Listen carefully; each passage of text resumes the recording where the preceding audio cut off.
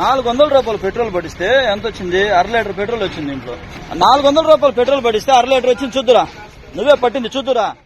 అగో బండి ట్యాంకులకించి పెట్రోల్ బయటికి దిత్తున్నారంటే బంకోలు ఏదన్నా ట్యాంకులో పెట్రోల్ ఎక్కువ పోసిండ్రో లేకుంటే కల్తీ పెట్రోల్ ఏమన్నా పోసిండ్రోనని అనుమానపడుతున్నారు కదా.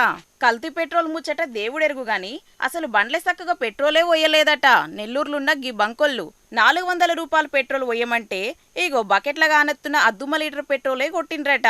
ట్యాంకులో పోసే పెట్రోల్ ఏమన్నా కస్టమర్ల గనబడుతున్నదా అనే ధైర్యమో లేకపోతే ఇంకేందో గాని బుత్తెమంతా పెట్రోలే పోసి పంపిండ్రట.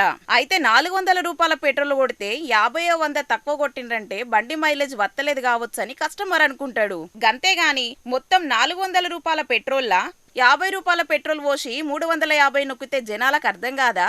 గింత చిన్న లాజిక్ ఎట్లా మిస్ అయిండ్రో పాపం పెట్రోల్ బంకోళ్ళు. కానీ ట్యాంకులో పోసిన పెట్రోల్ మీద అనుమానం వచ్చిన అన్న బండి నాన్నే ఆపుకొని దాంట్లోకెంచి పెట్రోల్ తీసి చూపెట్టే వరకు బంకోళ్ళ మోసమంతా బయటపడ్డదన్నట్టు గిట్లా చూసిండ్రే కదా పబ్లిక్.